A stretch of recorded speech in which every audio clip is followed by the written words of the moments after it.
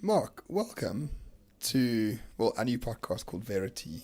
Apparently we seek the truth, but as a relativist, I'm sure you don't believe in that.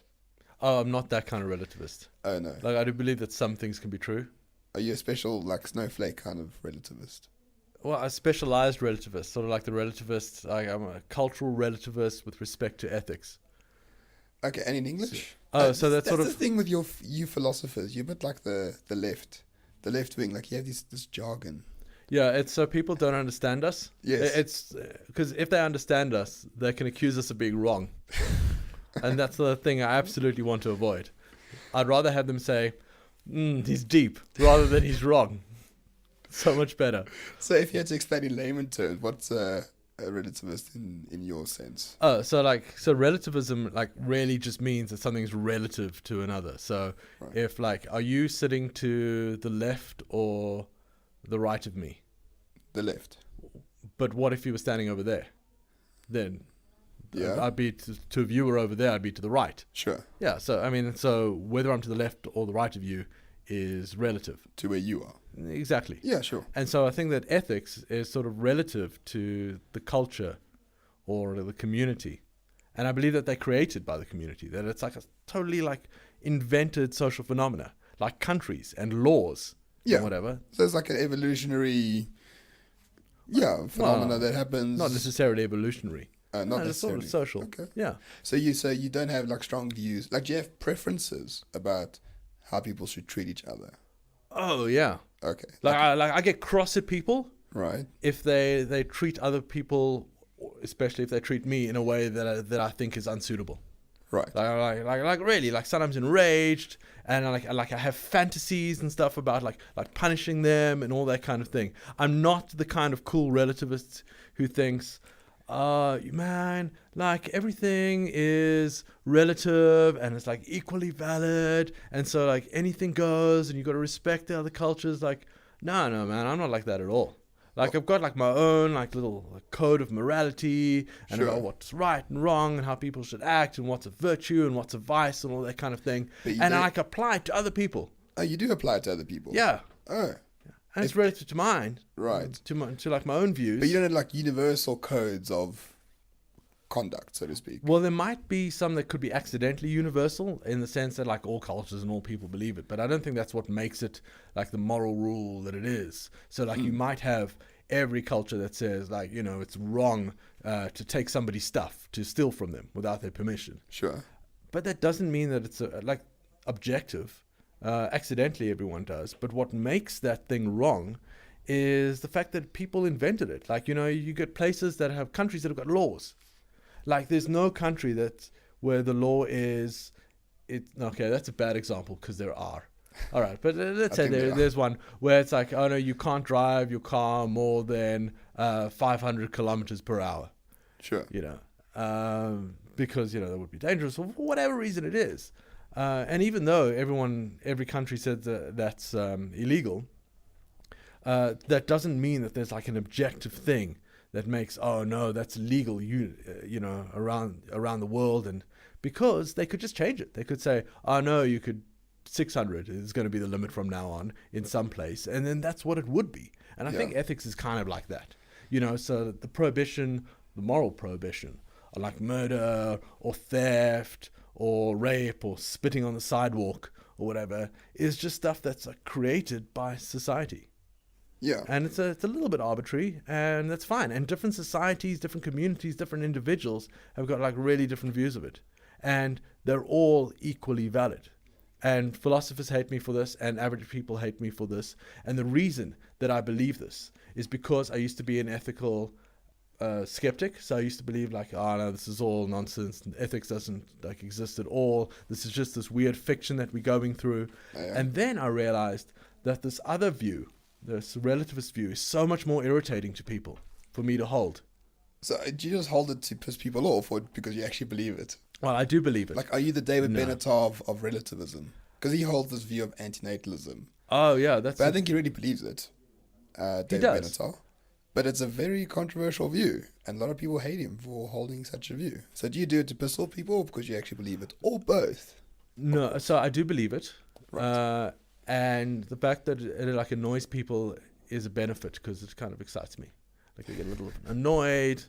So what do you That's make kind of about cool. these, They don't hate me for it. So what about these like UN proclamations, like universal human rights? Everyone has the right to X, Y, and Z, or to be X, Y, and Z. Do you think like those are incorrect? No, then none of them are incorrect. No, but it's universally applicable through the UN, through the legal frameworks of the UN, which encompasses the globe. Well, it's supposed to. Yeah. So look, I mean, there could be another one, another thing. So let's say they have this right that everybody's got a right to water, fresh drinking water, and then another body comes up and says, "Oh no, people do not have the right." So you got, universally they don't have the right to it. So who's got jurisdiction in this case? And I don't think either of them do. I mean, they both apply according to the UN's rules, view of ethics and human rights. Then everyone does have this right to access to water, and according to this other body's view, they don't. So does somebody have it or not? Yeah. They do according to one, or they do according to another. I mean, let's go to this easy, non-controversial example of speed limits. So imagine you've got South Africa and Zimbabwe, and South Africa's got this rule that on a suburban road you can't exceed the speed limit of 60 kilometers an hour, and Zimbabwe's got this view that on a suburban road you can't exceed the speed limit of 50 kilometers an hour. And then let's ask the question: so which can't you do? So what is the speed limit? 55. No. Okay, it's or in each country, that's the speed limit. Well, you'd say, so what's the speed limit? And you say, well, I mean, to answer that question, I'd have to know according to whom? According to Zimbabwe or according to South Africa? Now, let's imagine I was driving a car and I was driving at 55, and you say, am I breaking the speed limit? And you'd say, well, it depends where you're driving, in Zimbabwe or in South Africa. And then let's imagine, because I'm just pumping new intuitions and doing whatever the hell I want with the thought experiment, one of the countries starts expanding its borders, and it becomes a part where there's a disputed border. And we're not sure whether the suburb we're in is in Zimbabwe, under their jurisdiction, or in South Africa. Yeah. Even then, I think that we wouldn't be able to really answer the question, wouldn't be able to be resolved by saying, oh, I'm in this territory or that territory. Sure. But it seems you would have to say, according to this law or according to that law. And I think the universal stuff happens where everything becomes this bizarre, disputed territory. The jurisdiction doesn't last. Unless you've got the system that sets for itself a jurisdiction. Yeah, okay, no, that makes sense. The speed limits are quite an easy example. But if you go to more difficult ones, for example, if there is a culture that does not give human rights to certain people based on biological differences. Say, gays have no human rights at all and shouldn't be protected under the law. Yeah. You would say you don't prefer it, but it's their culture, they can do what they want. There's no obligation to individually take care of everyone, or have a minimum standard for, I don't know, behavior. Yeah, so let's say one of the things, let's say you just go to places where gays are persecuted. Uganda. Now, I think that one of the approaches you can have is to try and understand it, and which could be kind of interesting. Well, what if it is just pure propaganda, and it's the Southern Baptist churches in the US that are funding this homophobia? Well, some of it's not pure. I believe that they're sincere about it. For some reason, they think gay people are this abomination that needs to be removed from the world or doesn't deserve rights. Okay. Yeah. So what are your views? Well, I don't hold those views. No, you don't hold those views, no. But my view that... You think they should be able to hold those views without much problem? Oh, no. See, as I was saying, I'm not like one of these hippie peace for all. Let's accommodate everyone. There's definitely going to be conflict. Oh, but yeah. So what would you... So you prefer that gays wouldn't be prosecuted or persecuted? Oh, not just preferred. I think, like, gay people should have the same rights as non-gay people. And then there's this community over there, those Baptists or Ugandans or whoever they are, who think that's the other way.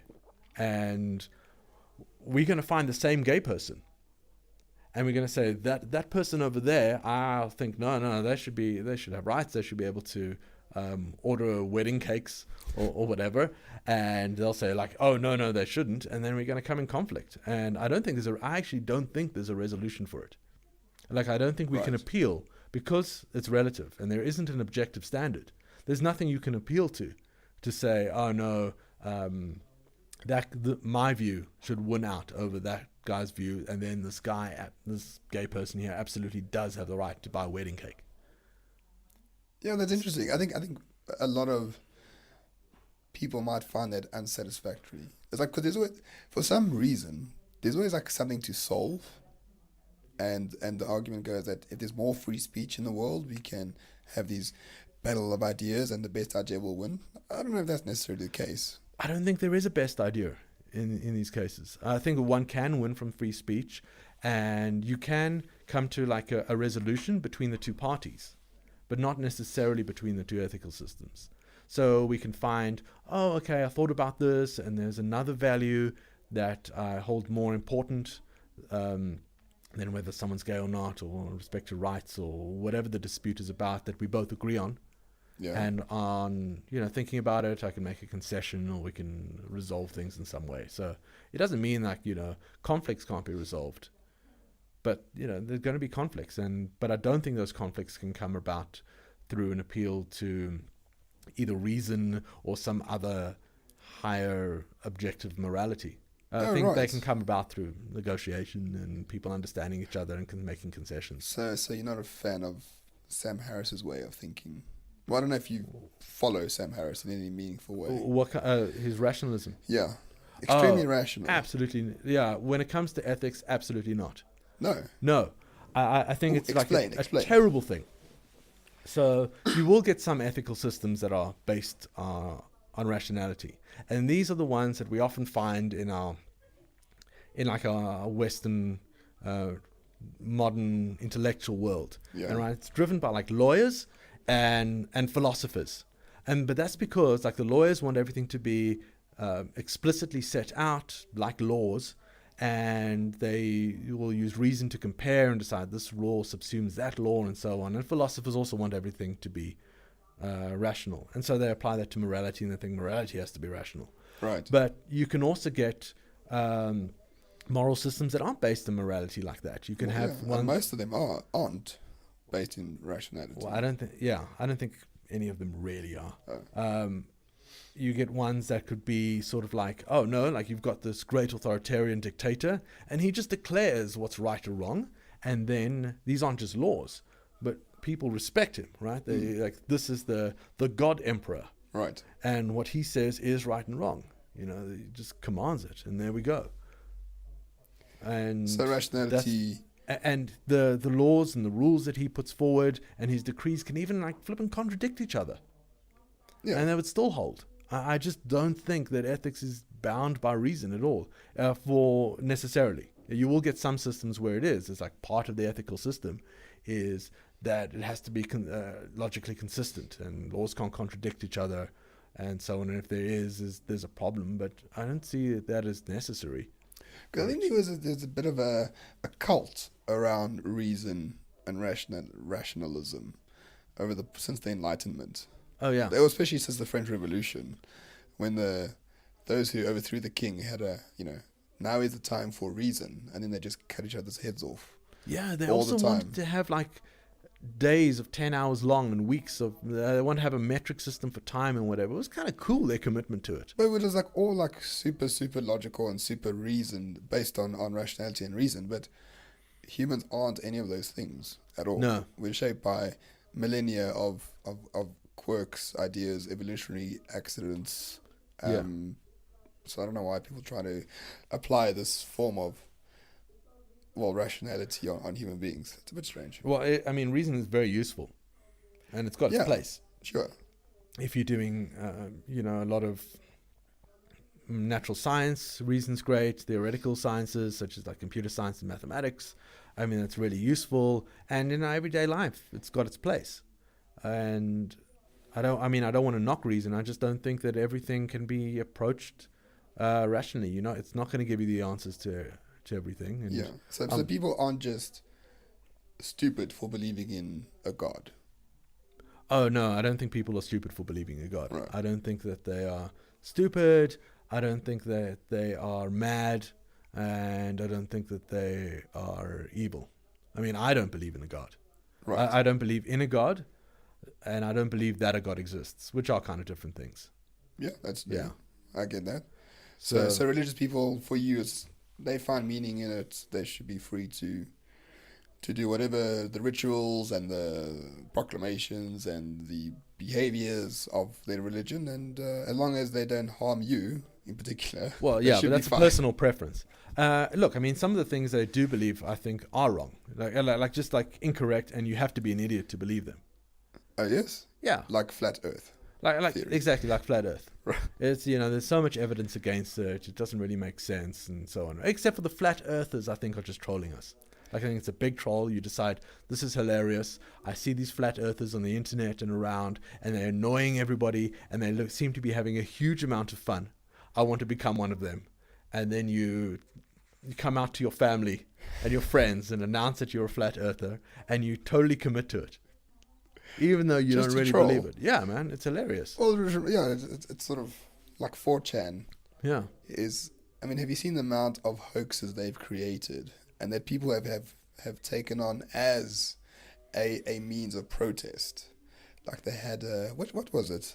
Free bleeding, where if women on their periods would Free flow. Yeah, they wouldn't, like, I don't know, put a tampon in and they would protest free bleeding. And meanwhile, it was a 4chan hoax. Well, no one was free bleeding. Yeah. I mean, it happens by accident. No, yeah, sure. But you don't but this is a go form out of there protest. to free bleed.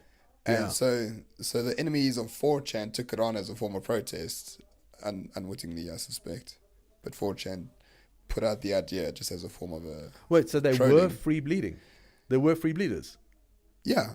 After 4chan Like said, deliberate free bleeders? yeah, Free bleeders? yeah, in protests, in the streets and things like that. Yeah?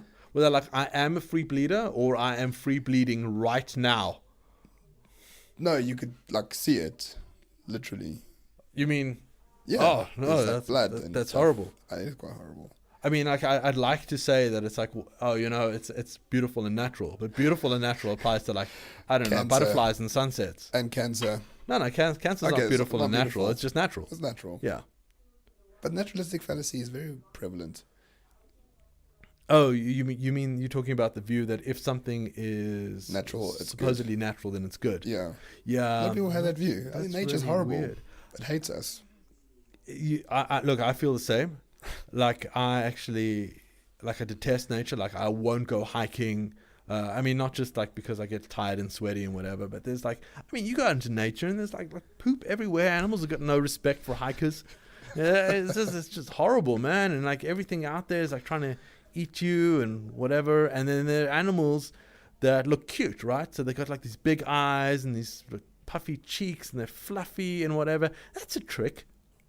I mean, they might be cute, but they're not nice. They're going to poop just like the rest of them in like that path that you wanted to walk on. Yeah, and if you touch them, they bite you, like squirrels. Yeah.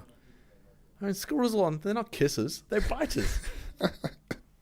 But the naturalistic, so that view of nature is like one that I can kind of understand. So I think they like revere nature.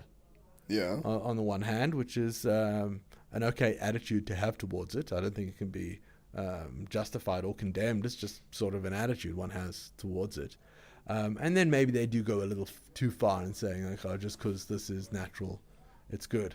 Yeah, I think it's far better when humans actively change nature to suit our needs. Yeah. I think it's far better for the animals and us. Look, man, personally, I like to have that distance. Like, another reason I won't go, like, camping is, like, I see camping as, like, just a giant fuck you to human civilization. You know, people have died, people have, like, struggled, there's been, like, a lot of ingenuity and, like, sweat and, like, people struggling over theses for years to get degrees and whatever just to bring you, like, indoor plumbing. and like the luxuries. Yeah. Yeah, And of discovering modern living. electricity and all the rest. Yeah. Appreciate it, for goodness sake. And what do? You go to some godforsaken field in a canvas tent. It is a crime against humanity. Yeah, against civilization. It's ungrateful. That's what it is. I agree with you. And then you have to use common evolution blocks too, which is... Unless free flow. We can make an exception for them. Why can't they just free bleed in a camping site? That'd be great. Well, are you suggesting that you take the free bleeders during their time of free bleeding, right, and separate them from the main community and put them in a small hut on the periphery? Yeah, for them to go through their natural process in the natural environment which they revere so much. I think that'd be great. That's one way to cure them of the mental illness. Well, you don't have to cure the mental illness. I thought of the free bleeding, you just like wait a few days and... I know, but do you think that this is, for them to think that this is like great? Yeah. Just actually like go out there and do it. It's not that great. Yeah. That's why people flock to cities. And you know what to teach them a lesson? No wet wipes. There. Wait till you have children. There's an insurmountable amount of wet wipes all over the place. So how do you feel about Benatar's antinatalism, given that you have a child now? He's wrong, but I can't disprove it. So I listened to that interview that you and Jonathan Witt did on your other podcast. Yes. The Renegade Report with Benatar and Jordan Peterson. Right. And I think Jordan Peterson didn't quite tackle him philosophically correctly, but I think what was interesting about Peterson is that his approach was very much like what you just said, and that was that this thing is so horrific, this view of antinatalism, that it would be better for us never to have been born, and that in going forward we should do whatever we can not to create more people in the world. Yeah. That view is so horrific that it must be rejected. He wasn't saying it wasn't true, which was Benatar's view.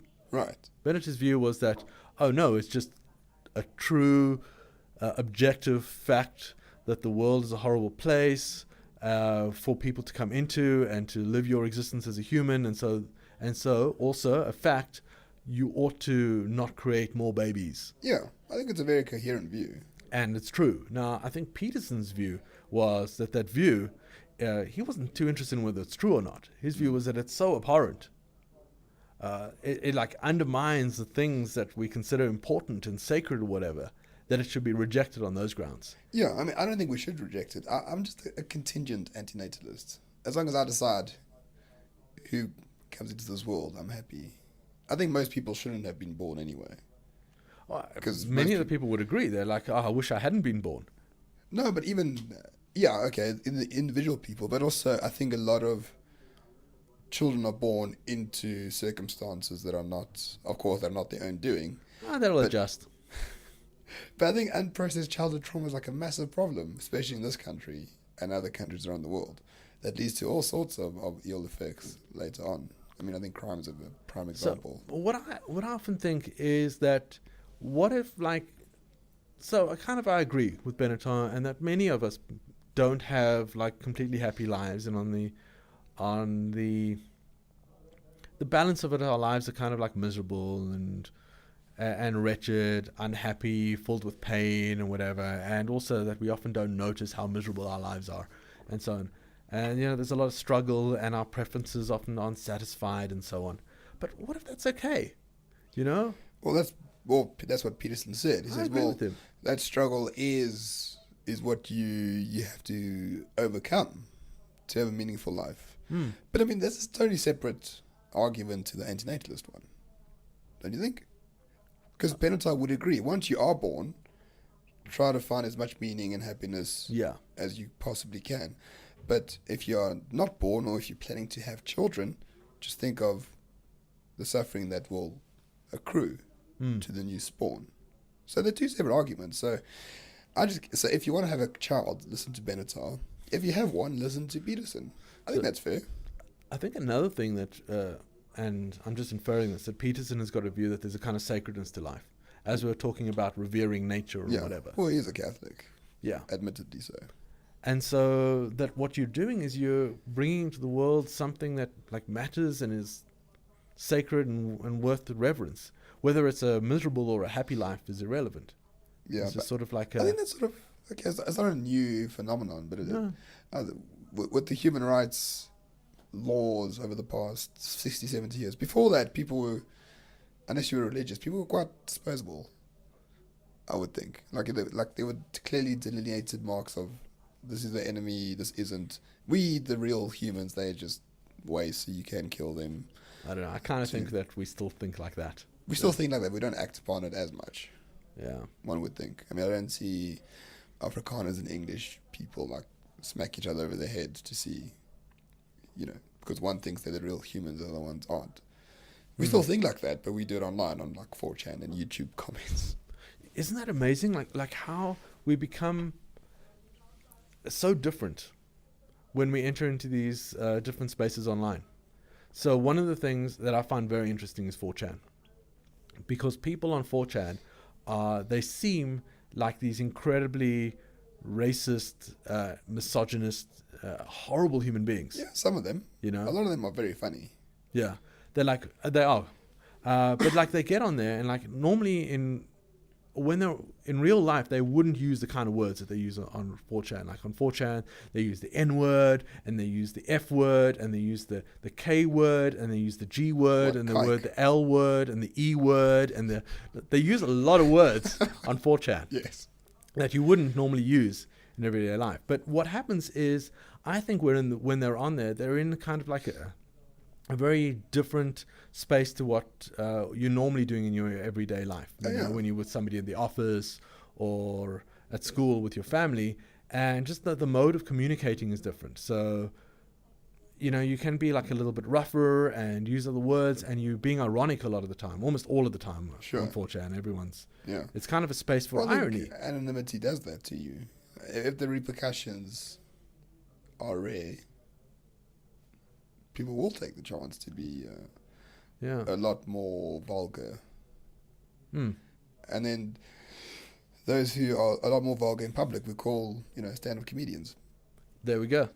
And that's it. You go to a comedy show and like the rules are different over there. You kind of understand this in space. These things can be said that wouldn't be. Well, most of us do. Yeah. Some people are like, you made a rape joke, therefore you like rape. Like, no. Not quite.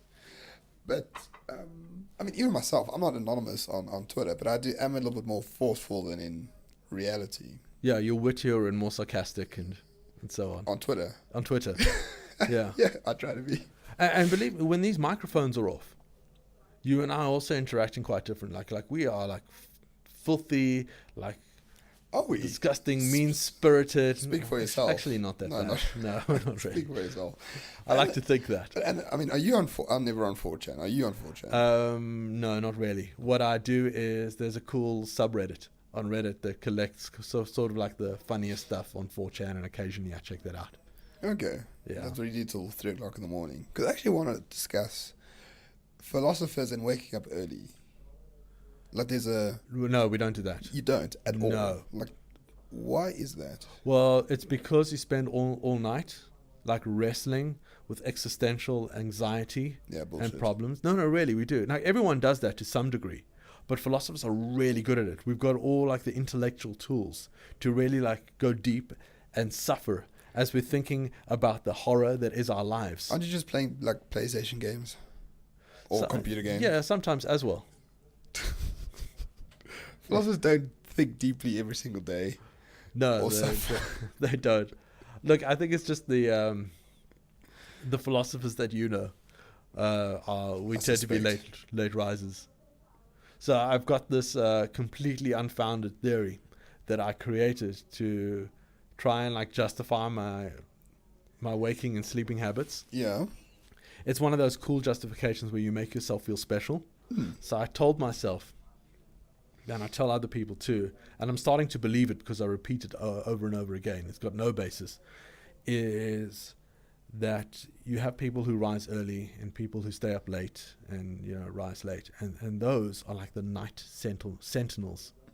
Like back when we used to live on the savannah, all of us, or in the jungle or whatever, the communities needed people. who would stay up at night and stand watch to protect everyone from roving beasts and raiders from other tribes, and that would be us. Right. We would be the night sentinels. Oh, so you're the heroes. They'd be the ones that would stay up at night, looking out, thinking. And then, if we saw something, because I know that I myself am not a fighter, we'd like wake other people. You'd raise the alarm. Yeah, I'd raise the alarm. I mean, you know, I don't come from a people who are like fighters. No, we're like negotiators and hiders and scholars. we plead for our lives when we get found. Right. Yeah. Okay, so that's the theory. So that's it. Yeah. So we're one of the 2%. Okay. We spend up nights thinking, guarding the village, and wrestling with existential terror of our own existence in the dark. We're very special. Supreme, actually. Okay, and people believe you. Yeah. Everyone else, they wake up really early and... they do the mediocre, the routine work that you...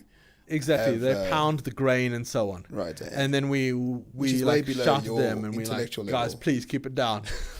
I protect you at night. We're thinking here. Yes. Don't make so much noise. Because I mean, a friend of ours, I know why he goes to sleep late, because he's at a bloody bathhouse all night. Oh, yes. So I don't know what heavy lifting, yes, but I don't know about heavy thinking. And he's a philosopher as well, so... Yeah. Well, you know, it's just to take time for, you know... So I understand, like, the less intellectual sides of life. He doesn't want to, you know, lose touch with it. I'm making excuses for him. Yeah, Yeah. I suspect not. No, he will come here anyway. I'll ask him directly. So we don't need to talk about philosophy, but anyways. Do you want to talk about feelings? I'm not very good at that. Aren't you? You're an empathetic guy. Yeah, empathetic maybe, but I don't like the name. I don't know the names for a lot of feelings. Like I know like sort of like horny and like hungry and like kind of cross, lustful and sad. No, yeah, that's like horny. Okay, that's a good one. There's probably a distinction. Yeah, I'm just not that good with it. So if you look at someone, can you deduce what they might be feeling just by looking at them? That was the sound of me looking at Roman, trying to discern what he was feeling. Just give you another moment.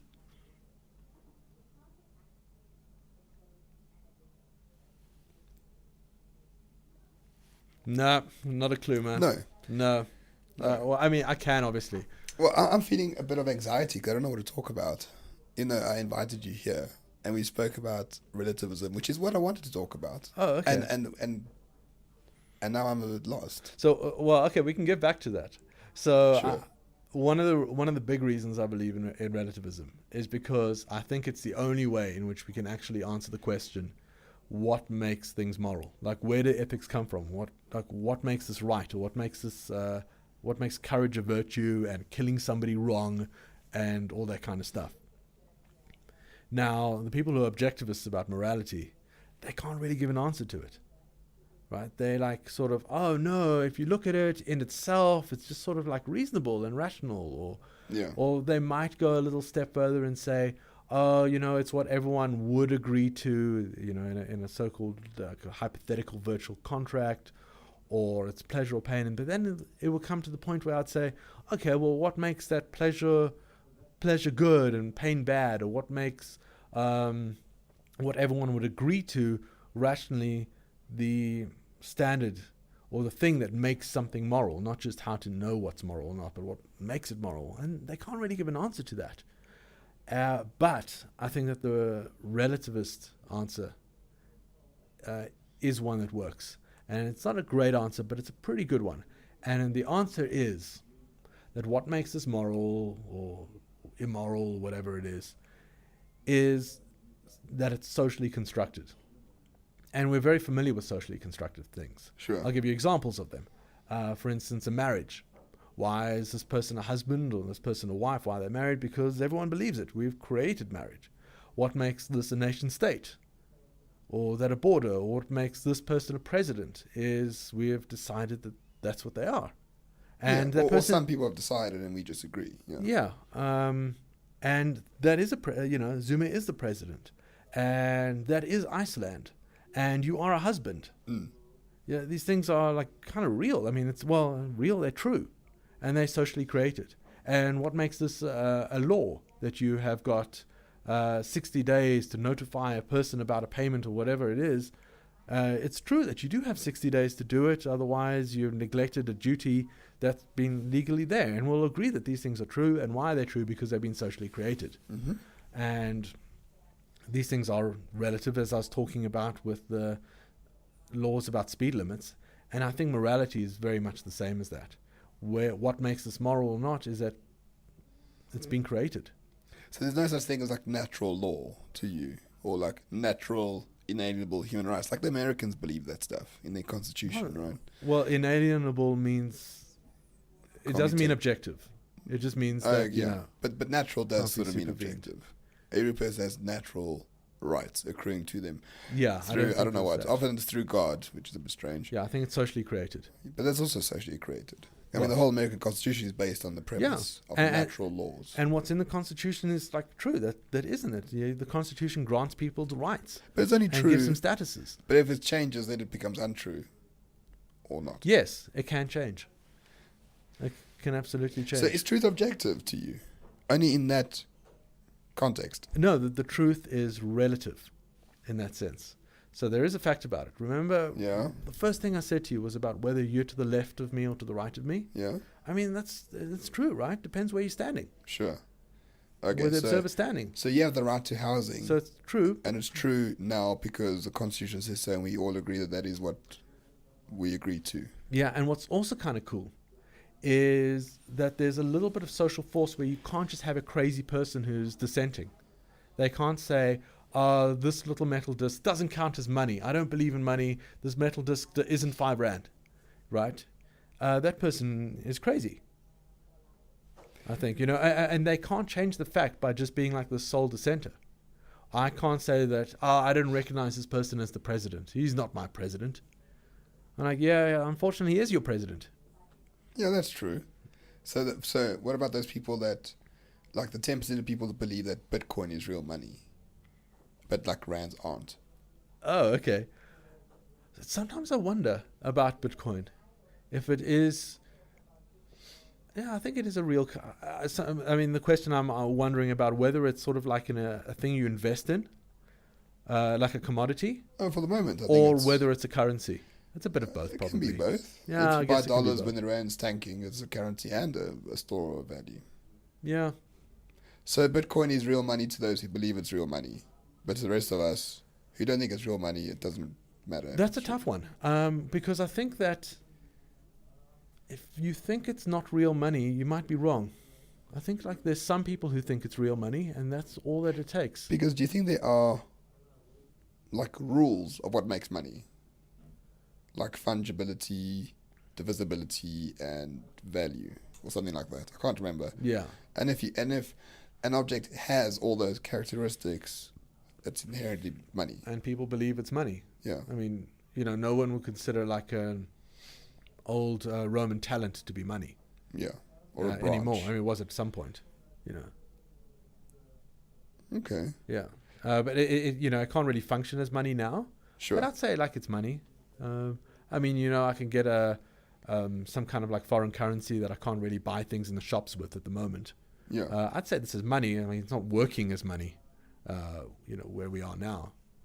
But that's okay. Okay. And money is a nice example that it's a good analogy to ethics as well. Like, does this thing count as money? Is this right or wrong? Kind of depends where you are and what community you're trading in, morality or currency. That's a good point, actually. Yeah. Yeah, so Bitcoin is real money in certain circumstances if I buy something from a site that accepts Bitcoin. But it's not real money when I go to Pick and Pay and want to buy milk with Bitcoin. Yeah. They just don't accept it as money. It's not usable currency there. Yeah. Yeah. So how do you function in a world where... do most people believe in objective ethics? I think they do. But like, it's sort of... They don't actually think deeply about it. It's just a sort of ingrained idea that, everyone should have human rights. And everyone should have... Like the Americans love it. Everyone should have like a liberal democracy. Not just that everybody should have human rights. Everyone does have human rights. And I don't think they're crazy for thinking that. Because the thing is, like, my personal ethics and morality, part of which has come about from my own thinking, my own quirks, and a lot of it has just come from the culture in which I grew up. Most of it, probably. I kind of apply it universally. So you've got so let's take the Jews, for instance. Oh, the Jews. One of the cool things in Judaism is they've got sort of a relative ethics, where there's some laws that only apply, and mostly obligations that only apply to Jews, but to Gentiles it doesn't apply. Okay. You know, and then they think it's objectively so. And I forgot what point I was going to make. Well, they got so, objective and subjective. But they will also think that they're this is more about whether it's like universal or relative, not whether it's objective or relative. And then they'll also believe that there's some rules that are universal to everyone, and that's fine, man. Like, I think that I think it's kind of wrong to steal somebody's stuff, and I think it applies universally. Like even in societies where they've got a concept of property, but they don't have a concept of ownership, if you know what I mean. Yeah. Well, they don't think that stealing is wrong. Right. You know, I can't think of one off my head. Well, in socialist utopia where the commons, owns everything. Oh, yeah. There's no such thing as theft, right? Yeah. But you'll still then I'd be like, no, that person's doing something wrong. That guy stole that from another person, and if the two of them think it's okay, well, then they're mistaken. Well, yeah. And I think really ill of them. I think, like, these are horrible thieves. So you would make that claim, though. Okay. I mean, it's just, yeah. So I think that's applying university. But remember when I said there was no jurisdiction in the Zimbabwe-South African thing? Sure. According to their ethics, what they did was permissible. According to mine, it's prohibited. Yeah. I don't think that mine is privileged. I think it's just mine. I don't think it's special. Mine isn't the one that wins. Right. Because there isn't an objective truth about whether what they did was right or wrong.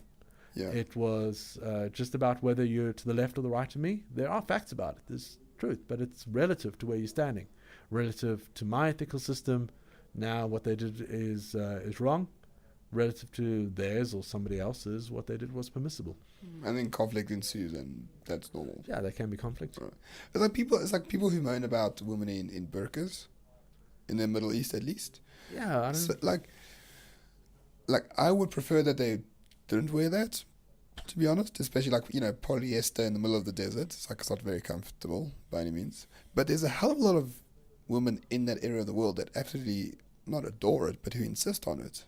For everyone else, for other women, for themselves and other women too.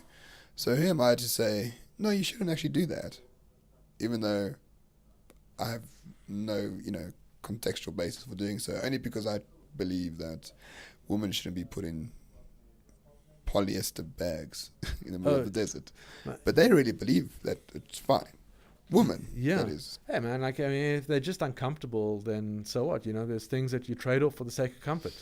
Like belonging to a group, or for the sake of modesty, or maybe you feel safer or fancier in your burqa. I mean, I see guys walking around in 35-degree heat with very snazzy jackets on. Yes. And ties. And I'm like, man. Or those very good-looking women who wear, heels like this in the middle of, a polo field. That's uncomfortable. It's super uncomfortable. And you're trading off, you're trading discomfort for something else that matters to you. But, I mean, the one caveat is that they're not forced to wear that. Or maybe are they by the culture that we have, Mark? I think let's say that they are influenced, and it doesn't always have to be through this explicit coercion and threats. Yeah. I mean, if they weren't wearing that, they would feel like really horrible and uncomfortable, like they weren't fitting in, or so on. And so there's a kind of there's an influence. So there's a sort of cultural influence, and you could argue the same for the burqa in Afghanistan. Yeah, and these influences get internalized. It's not like, oh, I don't want to wear the burqa, or I don't want to wear the high heels, but I have to because people will think such and such of me or whatever. It's sort of like, well, I think that of myself. I think ill of myself if I was wearing slip-slops to the masked ball, or shorts in public. Or shorts in public. We both have a hatred of shorts. Yeah, I won't wear shorts in public. There are times when a grown man can wear shorts. Yeah. There's two occasions that I know Okay, so I'm thinking like when he's on a yacht, because if you wear long pants, then Fair. yeah, the water gets logged in there and it becomes uncomfortable. Yeah. I think that you can wear shorts when you're at home and depressed and alone. I think that's fine as well. When no one can see you. Yes. Very important. And I also think it's okay to wear shorts when you're doing sport and exercising. Yeah, fair. Yeah, those are the situations I can think of. Okay, so you actually added, because I was saying if you do gardening, for some reason you can't hire help. Okay, fine, you can wear shorts, I suspect. You may. Because squatting in jeans to pick up your tomatoes, not the best idea. Okay. On the beach. Oh, if okay. you're on I holiday wouldn't on the go beach, to the beach. Yeah. You wouldn't go to the beach anymore. I wouldn't go. I'm very pale. I'm a ginger. And I've got very soft feet. You might not. I mean, you probably don't know this about me. They're very, very delicate. I've never felt them, so. Well, I'm telling you. Okay. I believe you, Mark. Really, amazingly so. They're like satin. And when I walk on the beach sand, even fine beach sand, I find it very, very abrasive. After 3 or 4 steps, like it's sloughed away so much skin that I'm just leaving a trail of bloody footprints behind me. It's very uncomfortable. It attracts sharks. Maybe not on the beach, in the water, yes. But so gardening on the beach and alone at home when no one can see you. And you're depressed. Well, I think wearing shorts will make you inevitably depressed anyway. But what do you think of people, like, I used to wear shorts. I keep, I did also when I was a child. Yeah, and then I turned 10. Yes. And my dad said, you're a man now, you wear pants. Yeah. Or trousers. Me too. I was like 8, I started shaving. Okay, I wasn't that bad. But yeah, so what do you make of these people, like, you see like 35-year-olds with children and they're wearing shorts, like in the middle of the mall. Like, it's quite tragic. Like, I'm an antinatalist for those people. See, this is a great thing. This is where it's sort of like you've got your standard, let's call it an aesthetic, sartorial standard, and you're universalizing it. Absolutely. In their culture, totally fine. Not just fine, probably encouraged. And like they look at trousers and they call them, oh, look, those are long shorts. For them, the shorts is the default standard. Or what's like the archetype. Or like if you invited for a barbecue or a braai and you would just wear jeans and like a shirt over it, and they say, "Why are you dressed so well?" I'm like, "I'm not dressed well. This is how you dress." Yeah, you're dressing down. Yeah, I'm dressing down. I'm not gonna wear like a Billabong t-shirt and a Quicksilver pair of shorts and slops. No, don't do that. No, but people do, and they think it's fine. Cultural thing, man. So let's say, this is like a moral, sartorial, aesthetic law. But that's why I think I have far more in common with black South Africans, because they, sartorially speaking, dress far better than their white counterparts. Don't you think? Often it depends. Depends. You in Rosebank often, even when they do wear shorts, they fit a lot better than like the white people shorts. So I've got a bit of a theory behind that. Also unfounded, it's idle speculation, and it's because of racism. And the reason is this. Because we've, as white people, you and I, or these people who, because we present as white. Half white. Yeah, well, I mean, neither of us are completely white, sure. But, we present as white. Because of that, we've got this automatic status. Like white privilege thing. I don't want to get into that, so I'm not going to use the term white privilege. Okay, so we've got a status. So okay. we've got a little bit of status that black people don't have. Just based on the skin color. Okay. So so we can walk around in like slops and shorts and whatever, and we still got that little bit of a status. But black people, because they don't have that, because of racism in the history of the place, they got to put in additional signals to raise their status a little bit. It's assimilation to a higher degree than not necessarily, perhaps, but yeah, okay, I sort of understand what you're trying to say. Wear like a nice jacket, like a good watch, dress neatly, it's like just to show that you can fit into... It's the Martin Luther King argument. What did he argue? So he argued that we must... Basically, he's saying, we mustn't let the white man think that we're savages. Yeah. So we must culturally assimilate to the white man's culture, and we must do it better. So when we wear suits, they must be cut well, or they must fit us very well. We don't go there in saggy jeans and t-shirts when we meet the white man. We must act like we're civilized. So he actually denounced and hated so-called black culture at the time. Like, he hated jazz music. I love jazz. Like, he thought black people should listen to classical music, right? And they should dance. They mustn't dance in the way that black people dance. They need to dance in a more rigid, white man style dancing. You know what I mean? Yeah. So he basically Martin Luther King was saying, just culturally, just destroy whatever you have and just assimilate to the white culture, which, in my opinion, was a far less interesting culture at the time. So that sounds like exoticism from your part. Well, if you read, there's a guy called Thaddeus Russell. He has a podcast, and he wrote a book called The Renegade History of the United States. Like, modern rock music was born from black jazz music, in the late 1890s. The culture was it's not exotic, but there wasn't like a puritanical Calvinist work ethic around that culture. It was a lot more, in my opinion, a lot more free. Okay. And they didn't try to contain it too much along the scriptures of the Bible or otherwise.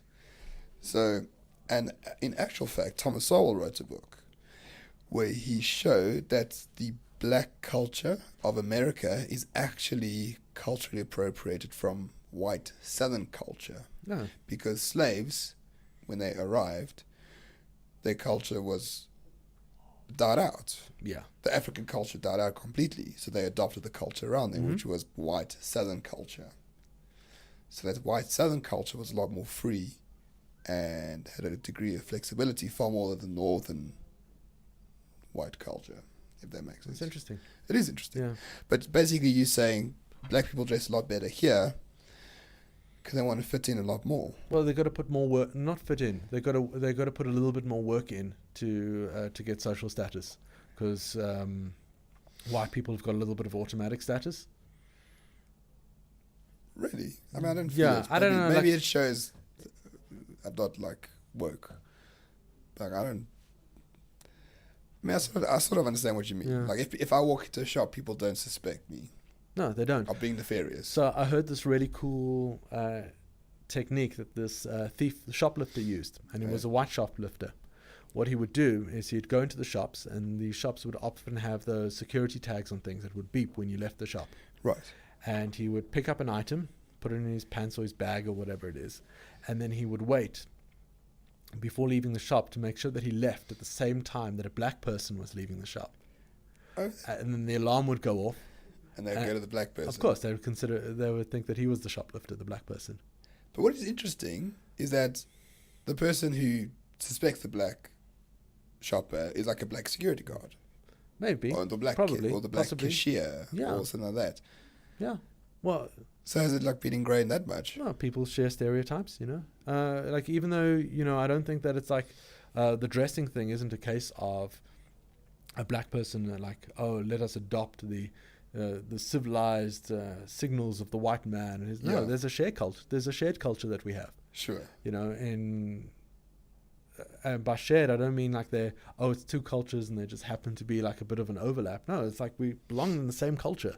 And in that culture, we've got certain signals that show status and your role in the society and so on. And it's because we're part of the same culture. Yeah, because I think attachment to that class culture is actually quite strong. It's stronger than racial culture, if that makes sense. If you go to somewhere, Rosebank Mall, for example, where everyone is middle class, black or white, it doesn't really matter. They all do fairly the same thing. They all eat at Woolworths. Yeah, we're in or they have a coffee at whatever, Father Coffee, or a lot of black people and white people not only are like sharing cultures, but also are living in the same community. Yeah. Yeah. And what's interesting is also that there are differences. There are people who are outside, that are in some community, but not in another community. And even though they're geographically in the same space, such as like a shopper and a security guard. Yes. Partly because of the roles they're taking on, but also where they grow up and the languages they speak and so on. Because I mean, parties at your house are like, if there was a tick list for diversity, like you would have it. I know you don't have a tick list for diversity parties at your house, but I mean, everyone. Yeah, from different communities. Yeah, absolutely. And they live in your building or they live elsewhere, and your parties are quite well known for having. Whenever I go, I know they'll find someone interesting who I never would have met otherwise. Mm. But you don't have a tick list. No, there's how do you do no it? tick list. How do you do it, Mark? Because we all want to be like you. I don't know, man. Like I meet people and I like them. And if I like them, you're that's actually enough. quite trusting of people. I am quite trusting. I think trust is really important. It takes a while for me to trust people. Even if it's foolish. In what way? So I think that, let's say like we're both married and we both trust our spouses. And I think it's really important for the sake of our relationship. Oh, yeah. Even if rationally you know that there is, let's say, a 3% chance that in the course of your marriage they're going to cheat on you. Yeah. You can't operate on that. You have to just give like 100% trust. Because when there's that suspicion and that doubt and then you're acting on it and like reading their emails or whatever it is, I mean, that's just going to create a bad relationship. Yeah, that actually creates the tension that leads to the breakup. Yeah. Is it the anticipation of that 3% happening? It doesn't even have to be, it could be the knowledge that there's a 3% happening. You still have the trust. Without it actually happening. Yeah. But the doubtfulness creates the tension. Yeah, you got to like surrender and give that trust. And that makes sense. And I think also with people. I mean, obviously, I don't trust everyone I meet. Sometimes I get like a weird feeling, or they seem a little dodgy, and sometimes I get that feeling, and then I'm mistaken about it. Like as I get to know them, I'm like, oh no, this is actually a good person, and whatever, and then I revise my view. But generally speaking, I think that you got to put a little bit of something on the line, and trust them, and genuinely trust. Otherwise, if there's suspicion and distrust, then you're not going to have good relationships with people or with the world. Yeah, I actually take quite a while to trust people, but I found that once, I don't know, I don't have a shit test by any means. Like, I don't expect people to be of this sort of standard. Yeah. But once we're friends. Like, I've been friends with the same people for like more than a decade. And I get new ones and they're added in. But I don't trust people very quickly. Like before you come to my house, I need to have known you or have spoken to you more than twice. Oh, okay. Yeah, I'm a bit more trusting than that, or just like a bit more open with my home. And I mean, of course, I don't have like absolute trust to somebody I've just met. I'm not going to, I don't know, like just like lend them a huge sum of money. But don't you find that it's weird that you can trust people that you meet, but we are more trustworthy of people. Like, I've never been on Tinder by any means. Me neither. But people are like, oh, let's go out and let's go to my house afterwards. Like, you just met the person like on Tinder. We're a little scared, right? But we trust them.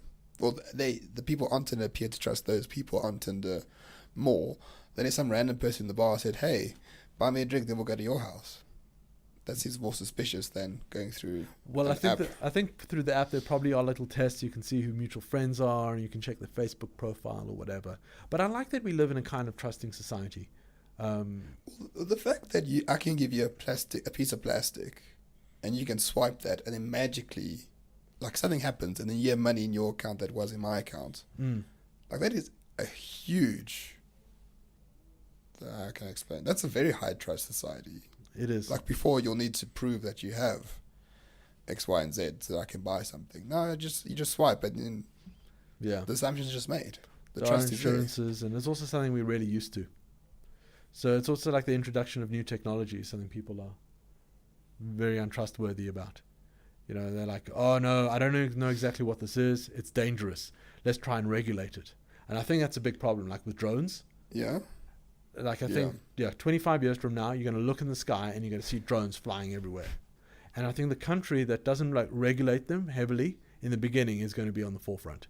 Yeah, well, it's a bit like cryptocurrencies, I think. Yeah, the eventually that doesn't bother with them. Mm-hmm. Yeah, because they're afraid of it or regulated. We don't know what this is. Because eventually they're going to have to adapt. Yeah. You're going to have to, those initial regulations you put up, you're going to have to get rid of them. No, I mean, I do it all the time on what do you call it, online websites. Like I vape. Yes, I do vape. And I buy like vaping stuff from all over the world. And I just like deposit money into like the stranger's account. I never met them in my life. I don't know what their name is. And then 2-3 days later, there's a knock on my door and there's my stuff. Like, that's amazing. It is. Not just in terms of mechanism, but as a sense of trust. Like a society that accepts that will happen. I think people really underestimate how powerful that is. Yeah. I've actually got one of the few flats in my building that don't have burglar bars in the windows, and I've never had a problem. Well, except for errant neighbours who play badminton at 6:30 in the morning. That's insane. But burglar bars aren't going to stop that. Double glazing, maybe. Perhaps. Yeah, no, I think... And that goes back to that primitivism that we both dislike. How can you trust someone if there's like no resources around you to trade with, or there's no... That's why people who live in our-state communities don't get as wealthy as those in concentrated communities, because there's far more transactions happening and far more value being drawn out from people the more people there are. So here's another idle speculation. Yeah. I think there's a lot more trust because of globalization, which makes because there's now a lot more reasons to think that we belong to the same community, because we start sharing our tastes in movies and clothes and ways of speaking and liking because of globalization. So because of those cultural markers and ways of interacting, we say, hold on, that person over there is in the same community as I am. Yeah. And so we can have like more trust. Yeah, it's true. I mean, I can, in my line of work, I can send an email to someone in Australia and say, oh, you're owed this amount of money from the work that I do. And like, okay, here's my banking details. And then I send those to the bank and they get like R1 million just gets deposited to their account, and it's ordinary behavior. And it's not completely because there's a safety net, because if something went wrong, you wonder like how easy would it be for me to rectify this situation, and not always that easy. Yeah. Well, talking about the globalization, when Hollywood can make a movie that appeals to half the world, like a Marvel movie, they make like billions of dollars in revenue through just people with superpowers. It's pretty cool. And everyone from Japan to China to India to South Africa to Sudan to North America and Mexico all agree that it's a great movie and they go watch it. Did you find that weird? I think it's wonderful. I think like we all enjoy it. Or is it deadening culture? Or is it creating a new not formalized, but a more universal culture? You know what? I think like things are becoming very like richer. Culture is becoming a lot richer for individuals. So I think to a large degree it's adding to the richness of our culture, not necessarily replacing things, which would be to get rid of this and then replace it with that. So it doesn't have to be getting rid of. It can just be adding richness to the world culturally. Yeah, I tend to agree with you. Our previous guest, Simon, who's a friend of yours as well, like he says, no, this is just deadening of culture. It's replacing culture with, crass capitalism. Oh, he's the Marxist. They're very pessimistic. They are, eh? They really are. I often wonder why. Because they've been through a lot. I think it's utopian thinking generally makes you pessimistic, because I think Marxism is utopian, really utopian. And I think once you sort of realize the obstacles to get to your utopia, or that it is a utopia at all, I mean, that's when if you invest years and decades into your ideology, and you know for a fact that you can never get there, or that the enemy is too strong, the evil capitalists are just far too strong. So I think it's frustration. Absolutely. Okay. I mean, imagine you had a utopia, and that or you had an ideology that you knew could never, ever come into existence. Or even one which I think could come into existence. I'm kind of satisfied with how things are. Like, I definitely don't think they're perfect, and there's room for improvement. Yeah. Yeah. But I'm accepting of it. Like, even like the corruption in government irritating me, but I'm accepting of it, and yeah, I think it's worth it. It's worth it. It's worth it. It's worth having coalition governments. Like, it's worth like 500 billion rand in corruption to me. I think so. I think if you just limit the the power of the state through coalition governments, yeah, it's worth it. It's worth it if people like steal 500 billion rand. Yeah, even though they're cheating and it's not nice to see. I expect and you it from despise them. I'm a cynic. But you accept it. I accept it and I expect it as well. Yeah. So what do we deduce? Corruption's good, relatively speaking. Okay. And we live in a great world because we are sharing a more globalized culture. Well, I'm quite happy with it. And so am I. Thank you, Mark. I appreciate you coming on. Roman, it's been an absolute delight. You're a delight. Nobody's ever told you that before. No.